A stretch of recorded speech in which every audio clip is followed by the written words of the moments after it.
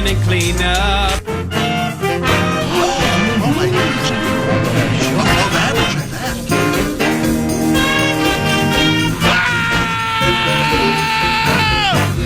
I love it, baby. Woo!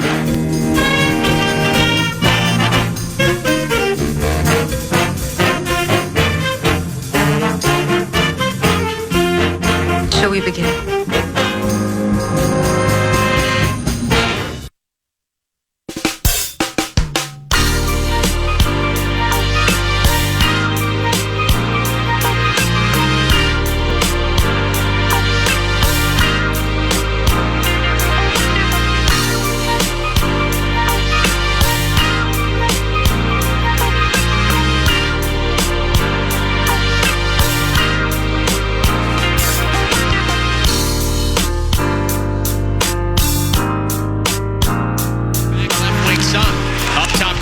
Covering at the point, fakes a shot, walks in, wristing it, they score!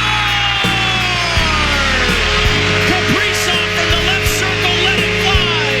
And 6:29 into the opening period, the Wild have a 1-0 lead.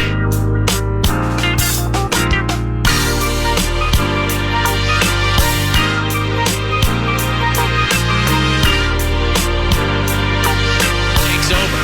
Kaprizov still trapped out there at the end of his power play shift. Now Goudreau left side, and his pass blocked. Kaprizov to the back post. They score!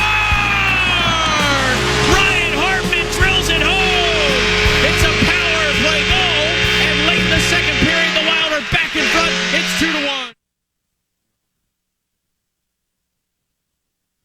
Hey, good morning and welcome to St. Paul and VOX in the Box on FM 100.3 KFAN, your home for Minnesota Wild hockey.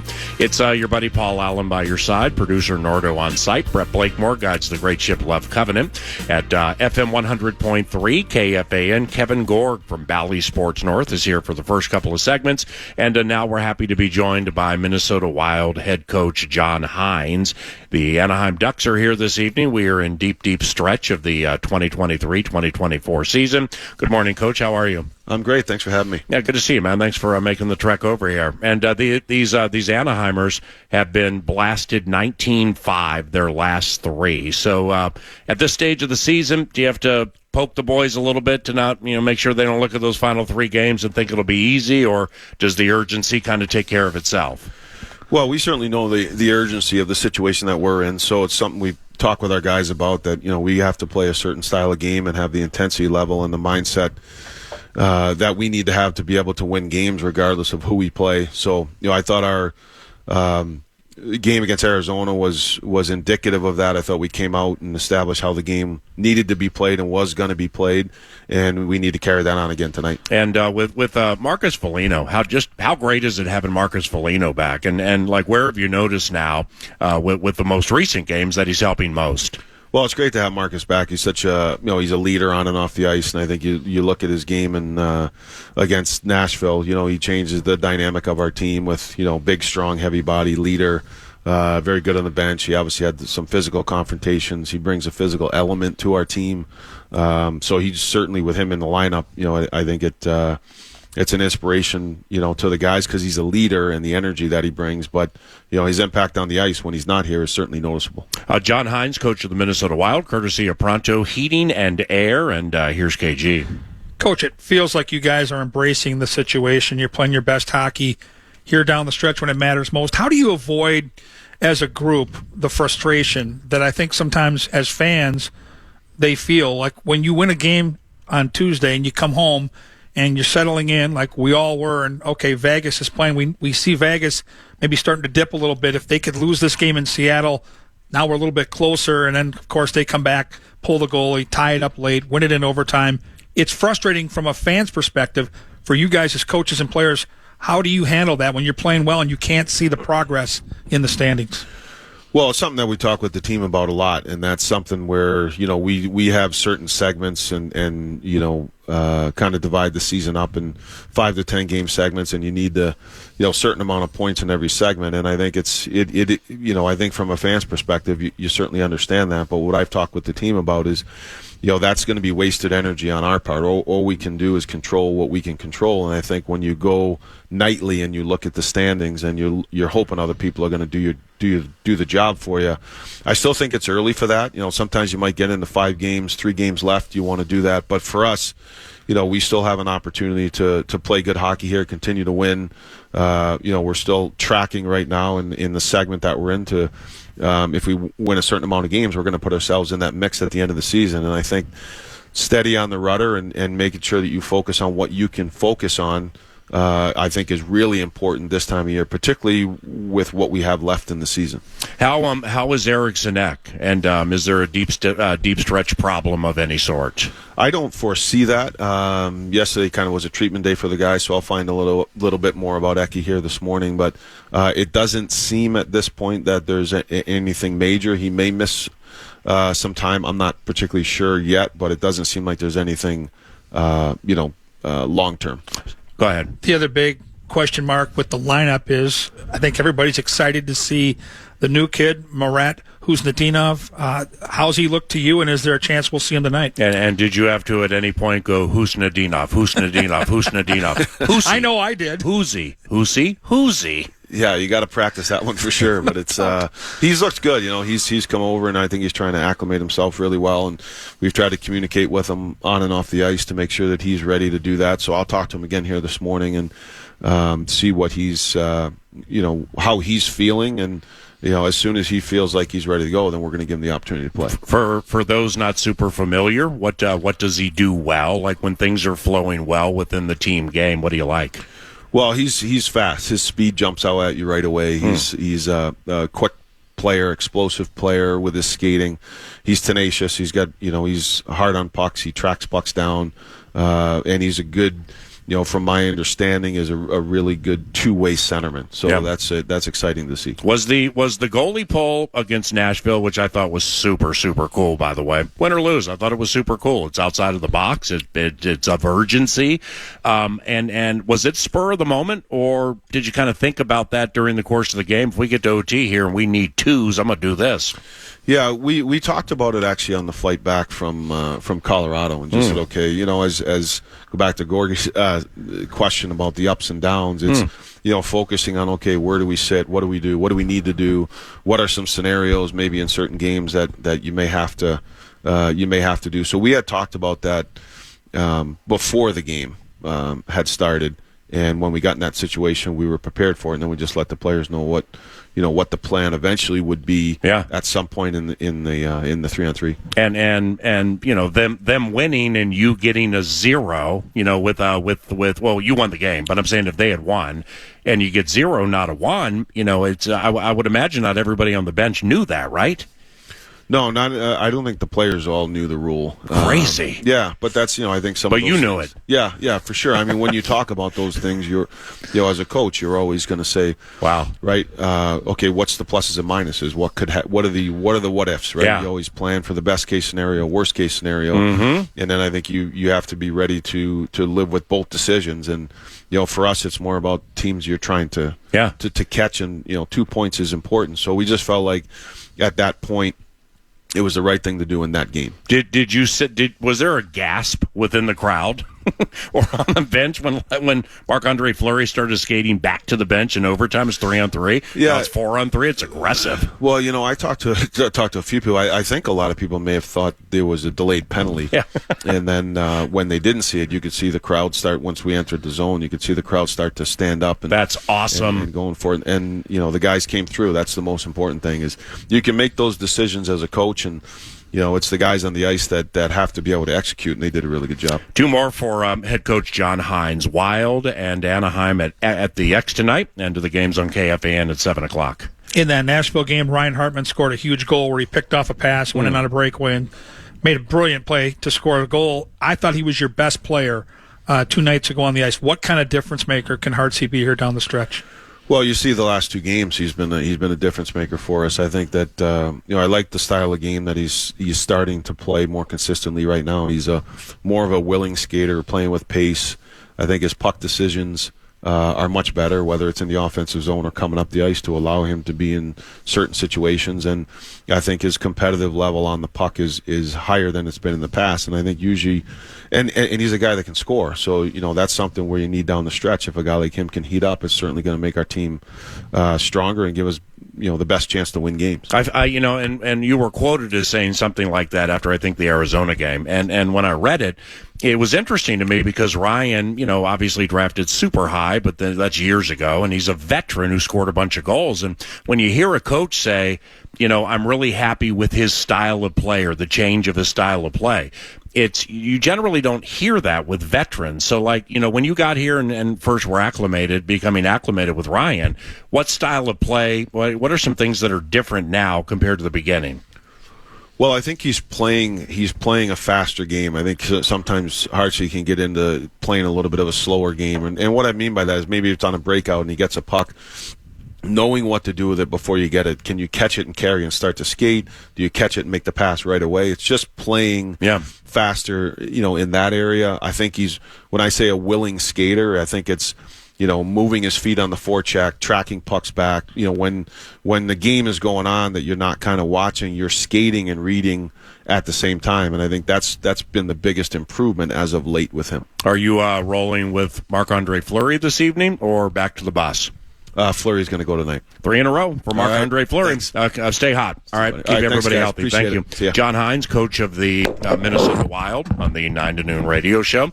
What's up, KG? Things good? Things are good. Yeah, I love game days. I'm like you. I live for the excitement that we get on a game day, and it's fun to have Coach Hynes on. It's fun to get juiced up and think about what might be a debut for Husnudinov tonight. Marc-Andre Fleury, as you know, one of my all-time favorites. It's been an honor and just so much fun to cover him, and he's red hot right now. To see him get the net, I think a big decision. I think a lot of us assumed Gustafsson would get one of these 2 games midweek here. Yeah. I think that's a real indication that they have a ton of confidence in Marc-Andre Fleury because Gustafsson is coming off one of his best games of the year in Colorado. Yes, it was an L, but he was unbelievable. Overtime, right? Yeah, overtime loss in Denver. So quite a tell by John Hynes that it's going to be Marc-Andre Fleury tonight. And let's be honest, Fleury's earned it. That's Kevin Gorg from Bally Sports North. Nordo is on site producing VOX in the Box, and I'm Paul Allen. Thank you, Brett Blakemore, for helping us. Back at the flagship for Love Covenant Presentations, FM 100.3 KFAN, and all of that is courtesy of TimberTech and TimberTech.com. What's on deck 9 to noon includes Russo Radio at 10 o'clock and Golden Gophers hockey coach Bob Motzko at about 10:47. This is 9 to 11 today. We are out at 11 a.m. With the Golden Gophers basketball team playing in the Big Ten tournament, and that'll take place shortly after 11. It's 9:12 in the neighborhood, and welcome to 9 to noon, which is 9 to 11 on FM 100.3 KFAN.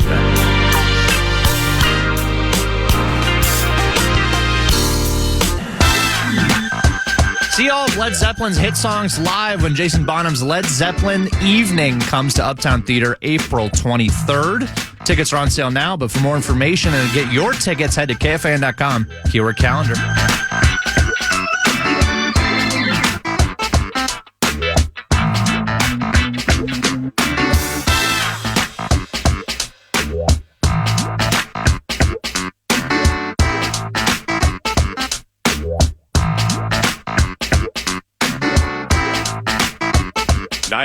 VOX in the Box at XL Energy Center with the Anaheimers in town this evening. The contest begins shortly after 7.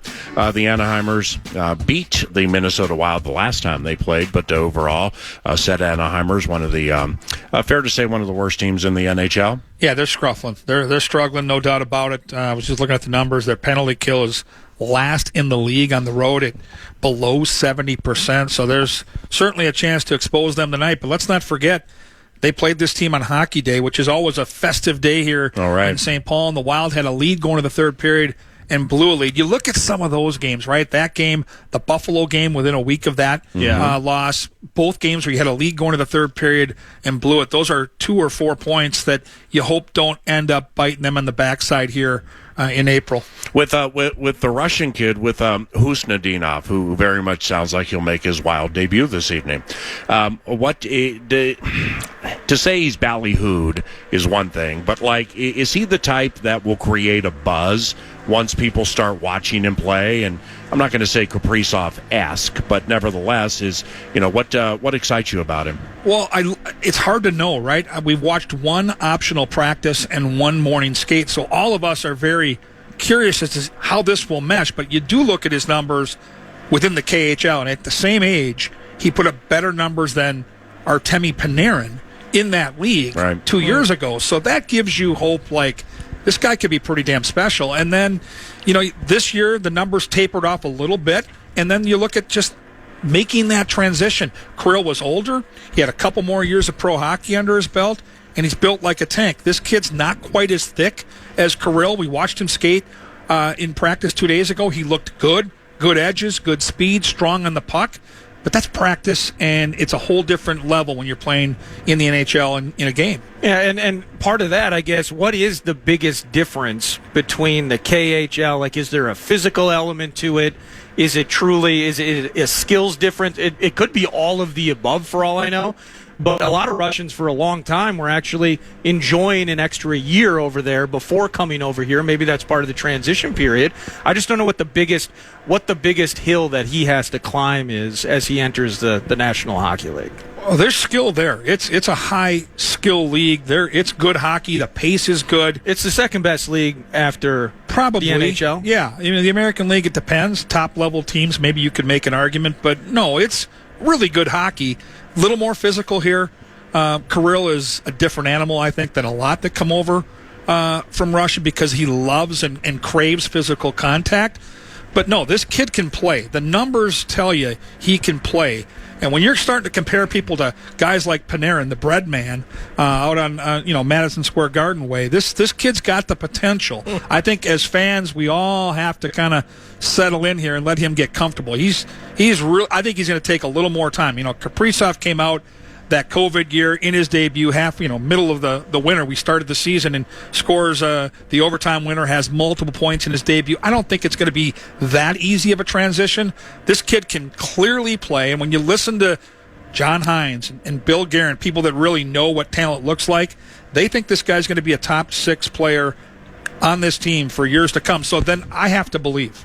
If possible, can you help me through, and I'm not taking a crouton and making a chef salad out of it, but like when I was flying back yesterday with Smiley, and I'm reading the quotes after the Arizona game, and I read what Coach Hynes says about Ryan Hartman, okay, and he just kind of reemphasized it here, and I was just kind of thinking to myself, I mean, we ain't talking about Wayne Gretzky on a game-by-game basis, but this is a veteran who has a style of play that he settled into. And then, like Hynes, who's very direct. He can be very direct with things, and I like it. Chris Finch is the same way. Direct, but not demeaning. And it's like Finch's hard coaching on Anthony Edwards is something that I've learned Anthony really, really appreciates and likes. So maybe Ryan's that way too, but I don't know. I'm reading between the lines here. Is it like Ryan was unhappy with his role or something, or he wasn't skating? I just can't understand. For whatever reason, his game wasn't where it needed to be. And if you've looked at the body of work this year for Ryan Hartman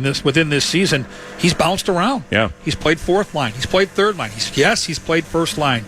Yes, he's played power play, but it hasn't been consistent. And I think if you asked Ryan Hartman, and John Hynes pretty much told us when we chatted with him a few minutes ago, that his game hasn't been good enough or consistent enough. Yeah. And this is a guy that's got unbelievable hands. He's got amazing talent. Guys, if you score 34 goals in this league, it's not a fluke. Like, you just don't score 34 goals at the NHL level unless you're a special player. And I think John Hynes sees the talent and says, I need more. Mm-hmm. And so he has pushed him, and now maybe Ryan Hartman's found his game, got a little of that confidence, which he likes. Again, he's like anybody else. He's feeling good about it. And he stayed out of the penalty situation. He's great when he plays on the edge and he's in the face and he's physical. But Ryan can get away from it sometimes and take silly penalties that I think puts him and his team in a bad spot. He hasn't done that. His game is really rolling up in the right direction. So whether it's Ryan Hartman moving around and now, given the situation, it's Husnudinov making debuts. We got Declan Chisholm. We got all these guys. Does the light at the end of the salary clipping penalty tunnel, does it look bright? Does the roster construction, is it making sense? I mean, Hynes thrust into this situation, of course, post-Evison, but really trying to learn on the fly in working with Billy G to figure out what we have. And lack of production by certain guys has moved some things around, a couple of moves at the deadline, shedding a couple of contracts. Does the light at the end of the tunnel look bright as it pertains to what we have all together?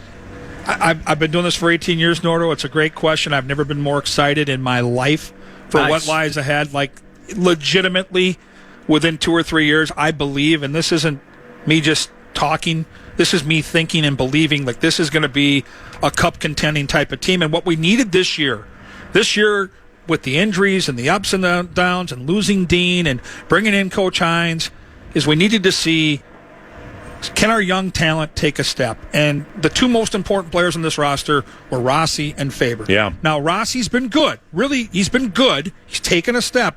The Faber thing's unbelievable. Like, this kid has the potential to be the best defenseman that's ever played for the Minnesota Wild. He might not be there yet. I think he will be there. And then you factor in, as you look at the way this team is constructed, players like Kuznetsov coming now, and players that are waiting in the wings, like Wallstead. This thing's going to be good. It's going to be really good. And what I love about what I'm seeing right now from this group, with Eck, with Foligno, with Brodin, this core refuses to go away. They have faced a ton of adversity, a ton of injuries. The numbers tell you that this thing's over. They refuse to go away.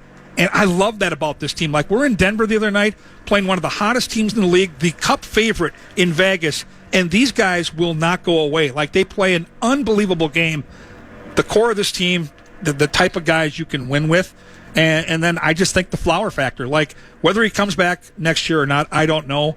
But I'm going to tell you, from being around the game for as long as I have, the ripple effects of seeing this guy work the way he works, treat people the way he treats people, and compete the way he competes will have a ripple effect on every single person in that room. He has made this franchise and this group of players better from being here, and I love that right now at crunch time, Coach Hynes is just giving him the net and saying, take us as far as you can. Yeah, it's Marc-Andre Fleury in net this evening against Anaheim, so that'll be 3 in a row for Marc-Andre Fleury as the Wild looks to continue a winning streak. And speaking of Marc-Andre Fleury, in the overtime, when Hynes pulled him, I mean, what did you think? I mean, you've seen a lot for a long time, man. I had watched the first 3 periods, and I was heading out to a dinner, and I had the game on the radio, so I listened to Joe call the game, and I did not know the rule. I'm sorry, nationally televised game? Yeah, it was. Okay. So I'm driving to my dinner spot, and I've got the game on the radio, and I hear Tom Reed and Joe kind of freaking out, like, what's Fleury doing? He's coming out of the net.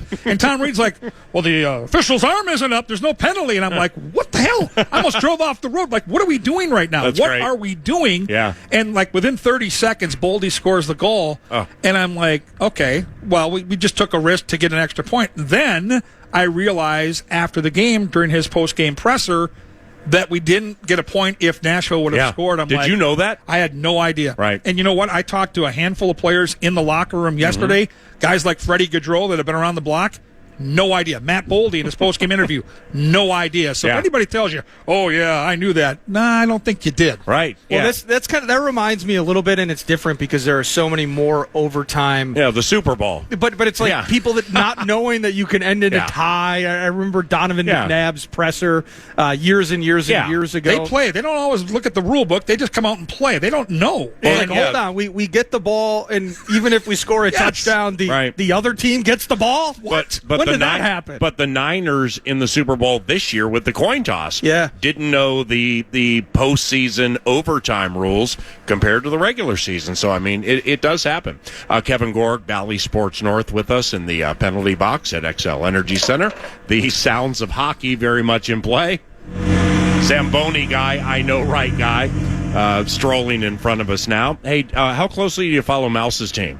Mott's goes on at 10:47. They have Michigan in the Big Ten tournament, and obviously the Frozen Four is at this building right here, baby. I mean, it whether it was I think they beat Maine when I saw them win a championship with Puffy here, and it's one of the greatest sporting events I've ever seen in my life that night because everybody was on their feet every second of the entire game. So cool. What you follow it closely? What do you think? I follow it from afar. I've texted with Mouse about comparing this year's team to last year's team. And if we're all being brutally honest, I think last year's team probably a little more talented. Right. Doesn't matter, though. When you get into college hockey in the postseason, once you get to the NCAA, it's a one-game format. And so Minnesota might have been the best team in college hockey last year, but they had that 2-goal lead and let it get away in the championship game, and that can happen on the other side. Got caught with a tough line in overtime, too. How about that? They got caught there 10 seconds that's in. That's what it was, right. Exactly. Yeah. But again, if you can get to the Frozen Four this year and have this home ice advantage, how much of a difference can that make? And the Big Ten is loaded top to bottom, and Michigan State's kind of come out of nowhere to win it. And you've got a tough matchup with Michigan coming this week. Those games always seem to come down to the wire. They had a crazy game when they last met a week and change ago, like a 6-5 or 7-6 type of hockey game. But no, they're good enough. Bob Motzko deserves this. I love the man. I love when he's on the radio with you. I've known Bob for the better part of 20 years, and he's always been such a wonderful guy to visit with. You can tell he's in it for the right reasons. He always has been. Going back to his time when he first got started in this business. Loves the kids, loves the game. I got nothing but love and respect for Bobby. And if you think about the firepower that he lost, granted they're like 7th or 8th in the pairwise and Big Ten tournament now, and they're going to be in the NCAA tournament. It's in some injuries early in the season. The way he's gotten that thing to crescendo to this point, it's they're going to be dangerous, no matter who they play, and obviously with it being here, major advantage if you can get to that Final Four. But to lose that kind of firepower and that kind of star power and still be a factor is pretty good. Yeah, think about the players they don't have. The Coolies, the Nyes, the Fabers, top to bottom, missing just studs all over. There's like 6 guys from that team playing in the National League. So, yeah, great job by he and his coaching staff. Inexperienced players that had to kind of step in and get better. Top players that had to take new roles on and be more impactful, and they've done that, and it looks like they're poised for a nice run here. Back to the Minnesota Wild. Let me ask you this, and this is another dumb question. I got multiple dumb questions. No such thing. This will be the second one I ask. To Kaprizov. So I was thinking about it when we were talking about new kid in town, Husnudinov. What is our grand expectation for Kaprizov in terms of what his ceiling could be? Because I was looking at it, putting some notes together last night. Love the 33 goals. Love the 73 points. But we've seen it throughout the league where you got your Austin Matthews types, McDavid down in goals this year, but he's got nearly 80 dimes. Just when you look at it, is he in that territory when we're talking about overall playmaking? Is it too Rube-like for me to look at stat leaderboards and things like that and say, man, I'd love to see a few more goals given how this team is put together as it is at this moment. Should I want more from Kaprizov? Should I just continue to be absolutely pleasured by everything I see by him on a nightly basis? What do you think? What I think is this. If you look at the stats, that's one thing, and that's certainly part of the measurement. And I don't think we'll ever have the numbers of McDavid, Draisaitl, or Austin Matthews puts up. But then I want you to spend at least 1 or 2 shifts a night only watching 97. And watch how hard he works in the defensive zone before he gets to the offensive zone. The impact that he has on a hockey game is different because of the way he plays in all 3 zones. A lot of superstars, and I watched that game last night, and Edmonton is a wonderful team to watch, and McDavid is the best offensive talent in the world. But I am going to tell you that Draisaitl and McDavid rarely do anything in the defensive zone, where Kaprizov is a force in all 3 zones, and the expectation should be every night he might be the most impactful player on the ice, period. That's how good Kirill Kaprizov is, and he is a different type of superstar that understands the game, not only with the puck, but also without the puck, and I love that about him. So they've been blaming the goaltending in Edmonton for the last 5-6 years. Just the goaltending. The real story is McDavid and Draisaitl are just 100-foot players. They love to cheat. And again, if you're really good, and they are amazing players, you can know, there are subtle times when you can take a chance when you leave the zone, when you fly out, and hey, their numbers are spectacular. But I do think if you're going to play that way and you're going to put up the big offensive numbers, you have to at least be able to be critiqued on what you do without the puck. And they are not as good defensively as other superstars, and Kirill's a prime example of that. When we broached the topic with the head coach John Hynes about Eriksson Ek, there seemed to be relief on his face, and I'm not one like, I looked in John Hynes' eyes and I could tell nothing is wrong with Joel Eriksson Ek. That's not the case, but that's why I said, how is Eriksson Ek, and is there a problem? And he seemed to indicate there wasn't a problem. Like, might miss, definitely going to miss tonight, but maybe just a small patch, or maybe there is a problem. Who knows? Well, again, with Eck, if it would have been the worst case scenario, we probably would have got that update already. Yeah. The fact that we haven't got that update is really good news. This is a guy that is, and we learned the hard way last year in that playoff series against Dallas. Yeah, that was awful. He's so impactful in every little detail that the Wild have: power play, penalty kill, faceoffs, checking, production. He's kind of the heart and soul up the middle of this hockey team, and so. Yeah, you hope it's not long-term. It feels like it's going to be a couple of games. You can live with that, but long-term, you can't really – this team, I don't think, is constructed right now to win long-term without 14 on the ice. Well, Hynes strikes me – he doesn't strike me as a subterfuge or trying to speak in code via the media. I think he's I would say, and I hate doing it, but he was most recently here, he feels a little more forthright than Evason was in some respects when it came to these things.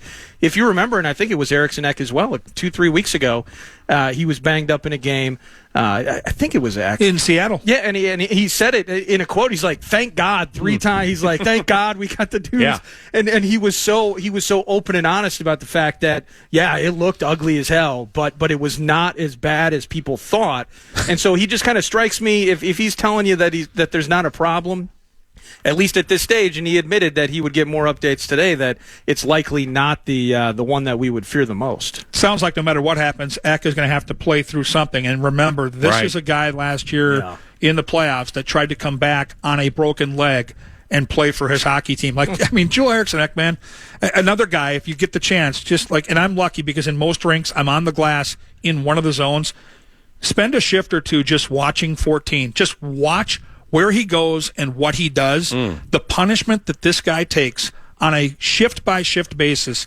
I am so soft. I'll admit to it. I couldn't do it for more than 30 seconds, and this guy does it night in, night out for 20 to 25 minutes. He is an absolute creature out there, and I just love how he gets under everybody's skin, no matter what team it is. Eastern Conference, division foe, it doesn't matter. They all hate him, and they hate him because he's so hard to play against. Or have you sniffed out any Kentucky Derby prospects? I'm completely in the dark on this year's Derby. Who won the Fountain of Youth? Dornoch? Something like that? Dornoch won. It was a nondescript 5-horse field.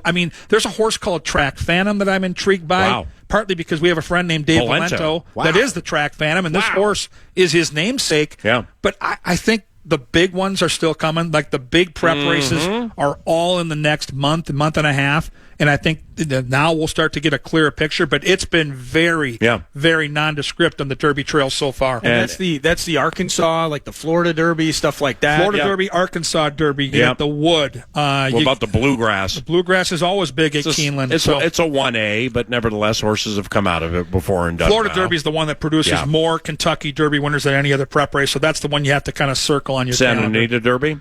With the Baffert clip, I don't know how that's going to play out, but Bob Baffert can't run his horses in Kentucky, and the owners of some of Bob's wonderful 3-year-olds have said we're not changing trainers. So if you look at the odds right now in the sports book, the Baffert horses are heavily favored in the Preakness, but they're not getting bet in the Derby because they won't be eligible to run, which I think is just weird. That sounds like a Stefanski, Alex Van Pelt moment. What? It really does. Oh, yeah. Baffert brings up the horses, and whoever his version is of Alex Van Pelt, he's there for the Kentucky Derby week, and Baffert's just hanging out on the border watching it on the TV. And Derby Day, I believe, is May 4th. It's first Saturday in May. I think it's May 4th. That's right. And we at Canterbury begin live racing shortly after that. Preakness Day. Yeah, where we began later last year, right? Mm-hmm.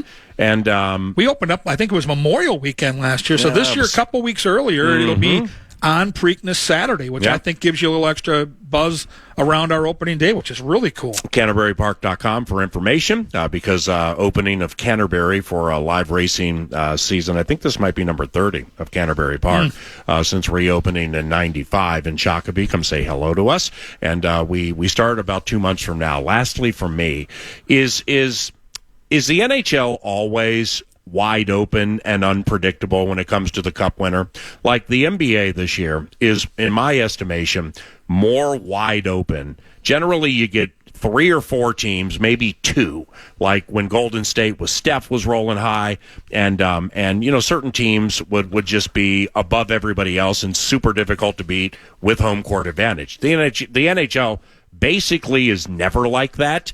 But is it even more wide open this year, or what do you think of all that? It feels more wide open, and it feels more wide open because in this particular season there hasn't been a dominant team. There have been stretches of domination. Even the Oilers, who aren't even leading their division, had a stretch where they won 16 games in a row. The Bruins are constructed differently. They looked like they might be that team last year, ended up getting beat in the first round. Right. You see more of that in the National Hockey League. The goaltending can be the great equalizer. You don't have that type of position in basketball where it's more one-on-one battles. Goalies can make differences in series. That happened in that Florida-Boston series last year. And there are 6 or 7 teams right now you'd likely point to. I'm thinking of Colorado right now probably as the favorite. But, Boston's in that group. Carolina's in that group. The Rangers. I mean, there's just more depth at the top in the NHL, which makes for I think playoffs are just so much fun to handicap. Do you believe in the Vancouver Canucks, who Great question. They jump out of nowhere in some respects, but they've been running, just smooth riding for most of this season here, have never felt the lows of a slump, have never absolutely dominated for ultra long periods of time, but they're still sitting atop the Pacific, I believe. And with I'm not going to say nondescript or lack of star power and kind of a nondescript roster up and down, at least for those who are casual fans. Good for them, for doing what they're doing, but do you think it can last? Well, it comes down to a couple things. Thatcher Demko, their goalie, isn't healthy right now. He will be healthy in time for the playoffs. He's a difference maker. He's been great.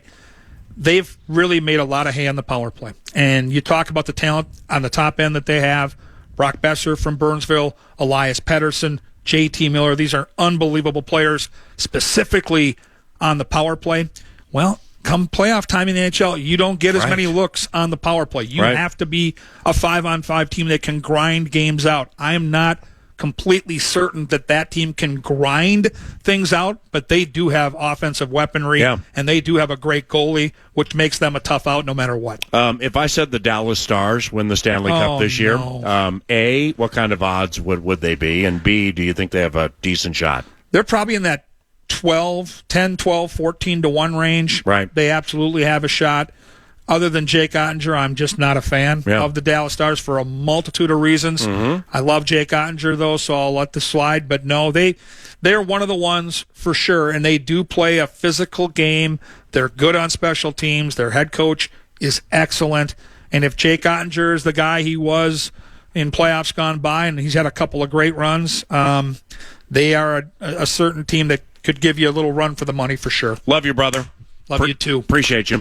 KG, Kevin Gorg, with Valley Sports North, Wild in Anaheim this evening. John Hynes, coach of the Wild, joined us earlier and talked about Eriksson Ek. And the belief is that the injury sustained against Arizona is not going to be a long-term thing, but I wouldn't expect him to play tonight. Marak Hustadinov, he debuts this evening, we believe, and for sure Marc-Andre Fleury will be the goaltender for a third consecutive game. We'll get into some NFL free agency and some football conversation next when we continue on KFAN.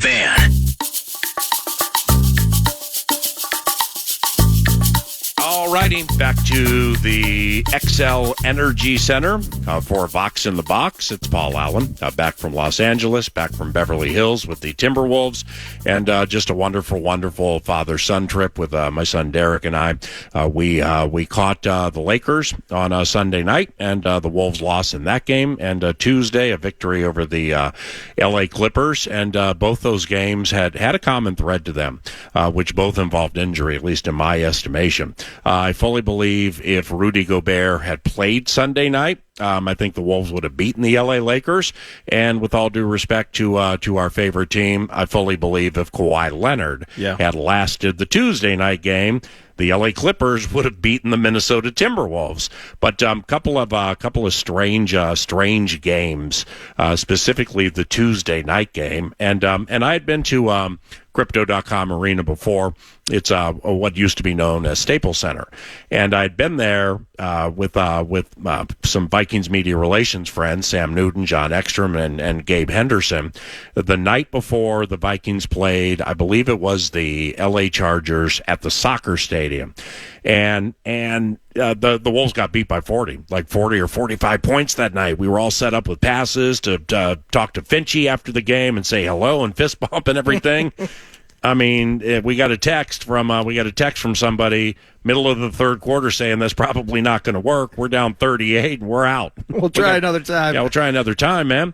But this was different, and it speaking of deep stretch, I mean the NBA's in the deep stretch, college basketball's in deep stretch with the NCAA tournament right around the corner. Big Ten basketball tournament for the Golden Gophers begins today. Thus, 9 to noon is 9 to 11. We are done about an hour and 10 minutes from now. But with the arena, with Crypto.com, man, I mean, it's predictable because they're different teams and different fan bases. But the arena and the way it's set up for Lakers games compared to Clippers games, I'm not saying it's going from D1 to JUCO, but I mean, the Lakers are basketball immortality. It's like, from where I was sitting, I look to my right and there's CJ Stroud close to the Timberwolves bench and about for the Lakers game? Yeah, for the Lakers game. So there's C.J. Stroud, some actors from a show that I like on AMC, Walking Dead. They were there. They kept showing them on the big screen. So Negan's there the whole bit? No, there was no Negan. I thought it was Stefanski. Went over and said, "Hey, how you been?" Oh, wait, I'm sorry. You're Negan from The Walking Dead. Justin Jefferson was close to the Lakers bench.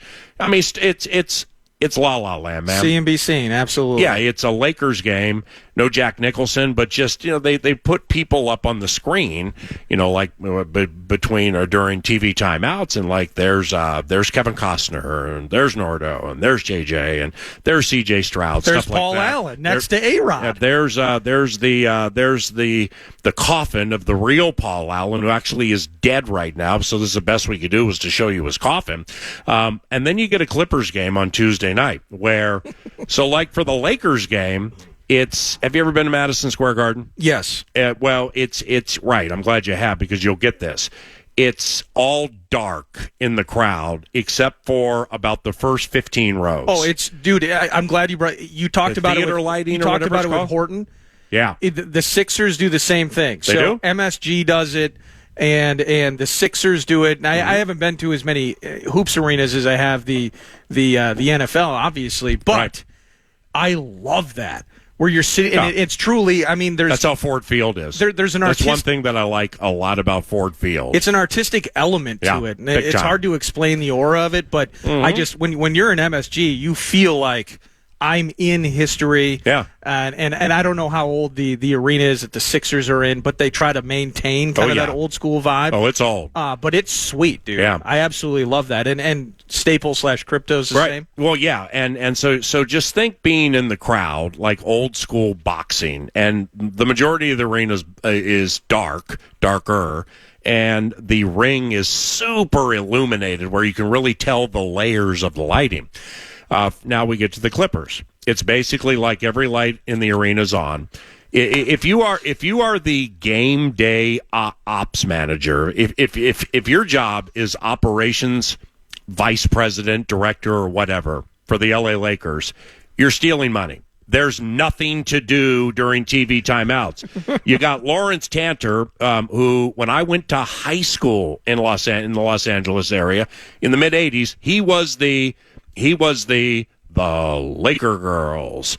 Ladies and gentlemen, LeBron James, public address announcer. So he's been doing it that long. Right. I freaked out when I heard him. It was like, the Laker girls. That same guy, Lawrence Tanner, he's in his high 70s.